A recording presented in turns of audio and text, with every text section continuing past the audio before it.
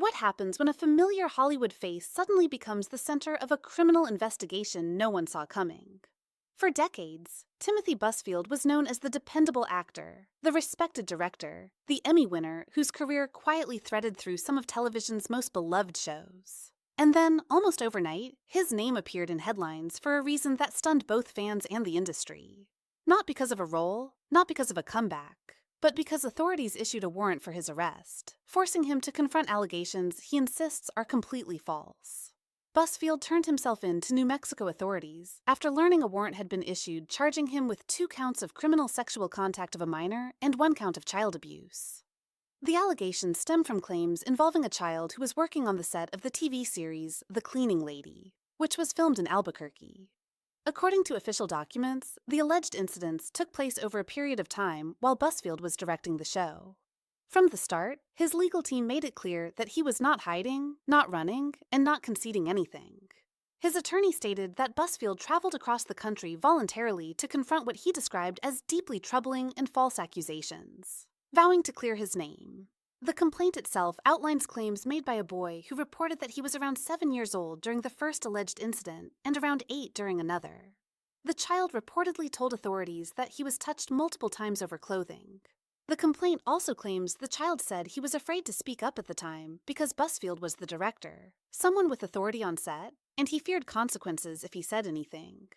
The boy's twin brother also spoke with investigators, reportedly saying he was touched as well, though without specifying details. As with all allegations, these claims remain unproven and are part of an ongoing legal process. What complicates the story even further is how long it took for these allegations to surface. According to reports, the investigation did not begin until late 2024, when a doctor at a New Mexico hospital contacted authorities after the children were brought in by their parents. From there, Child Protective Services became involved, and social workers documented emotional distress, including anxiety and reported nightmares. One of the boys was later diagnosed with post-traumatic stress disorder, according to the complaint. Still, it's important to note that these findings reflect reported experiences, not legal conclusions. As investigators began digging deeper, attention turned to what had already happened behind the scenes. Warner Brothers, the studio behind The Cleaning Lady, had previously conducted its own private investigation after receiving an anonymous complaint through a workplace hotline. According to authorities, that investigation was unable to corroborate the allegations. The private investigator reportedly could not find anyone who could support claims that Busfield engaged in the alleged behavior. This lack of corroboration has become a central point in Busfield's defense. When questioned by authorities during the investigation, Busfield denied all allegations. He reportedly suggested that the children's mother may have been motivated by resentment after her children were replaced on the show, an argument echoed publicly by his attorney. Busfield also acknowledged that the set environment was playful and said he may have picked up or tickled the children, but he firmly denied anything inappropriate. His legal team has emphasized that playful behavior should not be confused with misconduct, and they maintain that the accusations distort innocent interactions. Despite the unresolved nature of the case, the industry reaction was swift. NBC quietly shelved an upcoming episode of Law & Order, Special Victims Unit that featured Busfield as a guest star, even though the episode had already been scheduled to air. The move highlighted a familiar pattern in Hollywood, where allegations alone can lead to immediate distancing, regardless of whether charges have been proven. No formal statement condemned Busfield, but the silence spoke volumes. As news spread, attention quickly turned to Busfield's past, and with it, old accusations resurfaced. In 1994, a teenage extra accused Busfield of assault during the filming of Little Big League. Busfield denied the claim and filed a countersuit against the accuser's attorneys, accusing them of defamation. That legal battle ended with a settlement and a court order requiring Busfield to pay legal fees to the law firm involved. Years later, in 2012, another woman accused him of groping her at a movie theater in Los Angeles. That case did not result in charges, with prosecutors citing insufficient evidence. Importantly, none of these prior accusations led to a criminal conviction, but their reappearance has fueled public debate. The contrast between these allegations and Busfield's career makes the situation even more jarring.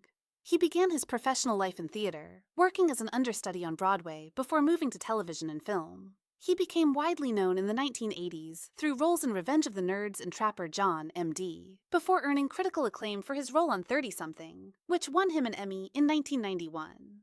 Over the years, he built a reputation not just as an actor, but as a director and producer, working on shows like The West Wing, Sports Night, Ed, and Without a Trace.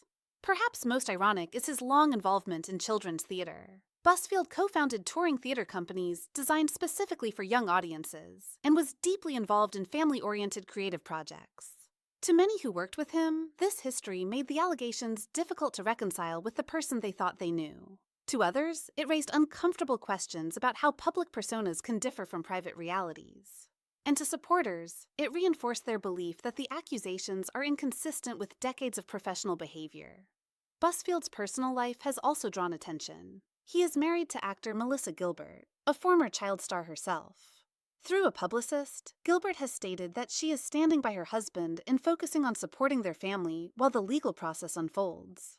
She has declined to comment further at the request of attorneys, saying she will address the public at an appropriate time. Meanwhile, law enforcement confirmed that the search for Busfield before his surrender involved the U.S. Marshal Service and extended across multiple states, including New York. That detail added to public speculation, even though authorities clarified that Busfield ultimately appeared voluntarily. Video later surfaced showing him speaking from Albuquerque, saying he had driven thousands of miles to face what he described as lies. His tone was defiant, emotional, and unwavering. As of now, Busfield has been booked, appeared briefly in court, and is awaiting further proceedings. He has not entered a plea, and the case remains in its early stages. Prosecutors will have to prove their claims beyond a reasonable doubt, while the defense prepares to challenge the credibility, timeline, and motivations behind the accusations. The outcome is far from clear. What makes this story linger isn't just the charges themselves, but what they represent. A collision between reputation and accusation, between memory and evidence, between public judgment and legal truth. In an era where headlines move faster than courtrooms,